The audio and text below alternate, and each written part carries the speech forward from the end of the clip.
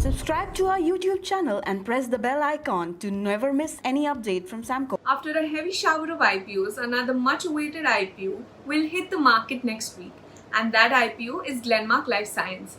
The IPO has an issue size of 1,514 crores, which comprises of an offer for sale aggregating to 454 crores and a fresh issue of 1,060 crores. The price band has been set between 695 to 720 per share for a lot size of 20 shares. The IPO will open for subscription on 27th July and close on 29th July. Glenmark Life Sciences is the wholly owned subsidiary of Glenmark, a global pharmaceutical company. It is the leading developer and manufacturer of select high-value, non-commoditized active pharmaceutical ingredients or APIs. Now, in simple terms, API is a key raw material for the pharmaceutical industry that actually gives the final product the claimed therapeutic effect. The company operates two business lines, one which is generic API and the second one is CDMO, which stands for Contract Development and Manufacturing Operations. As on 31st March 2021, the company has a portfolio of 120 molecules globally with a market size of $142 billion in terms of sales. With 4 manufacturing facilities located in Gujarat and Maharashtra, the company boasts of a total installed capacity of 726.6 kiloliters and a capacity utilization rate of 82%. The R&D operations are fulfilled through 3 dedicated R&D facilities which have a total headcount of 213 employees. Now let's explore the business segments in a little more detail. The API segment was the highest contributor to the revenues with a contribution of 91% in financial year 2021 on the back of a strong market share in some specialized APIs. This segment grew at a CAGR of 16.31% over the last 3 years. The APIs developed are used in the medicines for cardiovascular disease, CVS, central nervous system disease, CNS, pain management, and diabetes. Collectively, these products contributed to two-thirds of the company's revenue. CVS products, with a share of 45%, is the highest contributor to the API business. The second business line is CDMO, which comprises of applying and obtaining permission to market products in regulated markets and contract manufacturing of APIs. With 25% CAGR growth, this is the fastest growing business segment. They are increasingly providing CDMO services to a wide range of multinational and specialty pharmaceutical companies. The global CDMO business is also experiencing tailwinds such as aging global population, prevalence of chronic diseases, and higher drug prices. Specialty API, a sub-segment of the CDMO business, is considered as one of the most important growth drivers of the company due to higher business stability, higher margins, and high customer stickiness. Moving on, the company has 4 manufacturing facilities located at Dahej and Ankleshwar in Gujarat and Mohol and Kurkumbh in Maharashtra with a combined capacity of 726.6 kiloliters. They also intend to enhance the existing facilities at Ankleshwar during FY22 and at Dahej during FY22 and 23. Additionally, they will be setting up a new greenfield project which will be functional by Q4 FY23 and will reach a capacity of 800 KL in the next 3 to 4 years. The capex for this new facility will be funded through internal accruals and debt if required.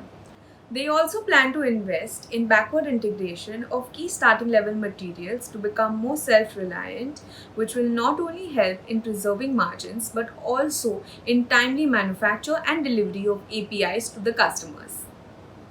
Let's move our attention to the financials of the company.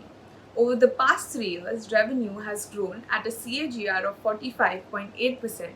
The company has posted an attractive EBITDA margin of 31.4%, which has steadily risen over the last few years. Unfortunately, a downtrend was seen in the PAT margin due to interest paid on the debt owed to the parent Glenmark. In terms of return to the shareholders, the company performed well. ROCE bounced back to 32.69% after a brief dip in FY20. On the other hand, ROE has drastically declined, but it was mainly on account of a gradual increase in the equity base. Despite this decline, Glenmark Life Sciences ROE at 46.71% is the highest in the industry with an average of 26.5%. Moreover, the ROCE is one of the highest among its peers, which demonstrates the company's ability to provide robust returns to its shareholders. To summarize the financial, here's a snapshot. Revenue, EBITDA, and net profit have grown considerably over the last 3 years, along with a 45.8% CAGR rise in revenues. EBITDA and net profit grew at 54.5% and 34.1% CAGR respectively. As on 31st March 2021, Glenmark Life Sciences owed 933 crore to its parent Glenmark. This amount was further reduced to 800 crores by July 9, 2021.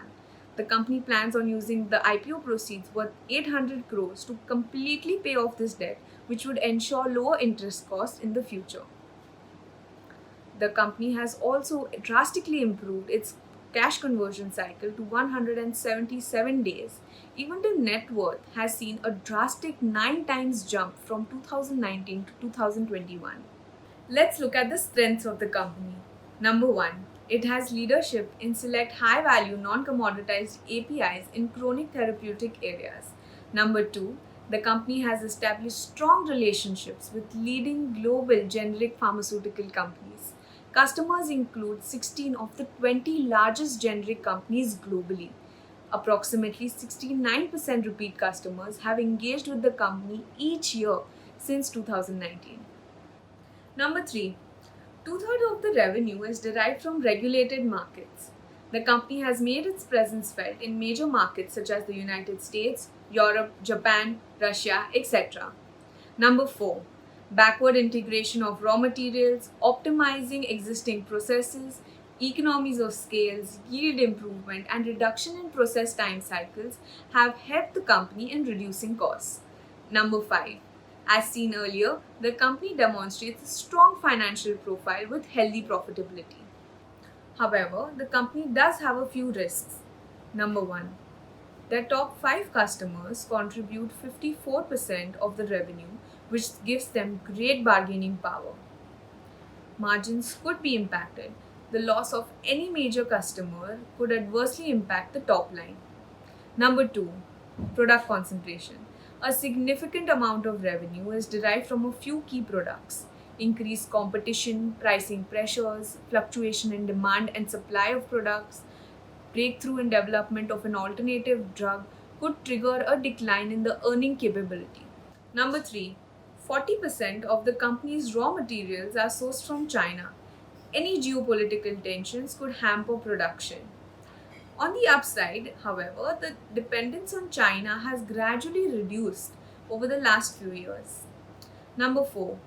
Conflicts may arise while negotiating and dealing with Glenmark Pharmaceuticals, which is the largest customer of the company. With no non-compete agreement in place, the operations of Glenmark Life Sciences could be hampered. Number 5. An increasing number of receivables have been unpaid for more than 180 days. Any further increase in such receivables could adversely impact the operations of the company as it has large requirements for working capital. In terms of valuation, Glenmark Life Sciences has the lowest P and a fair PS in comparison to its peers. Moreover, the company is a market leader in select APIs backed by strong parentage and is strong financially, which makes it attractive at the price offered. Thus, we recommend investors who are looking out for listing gains to subscribe to this IPO. Thank you for watching.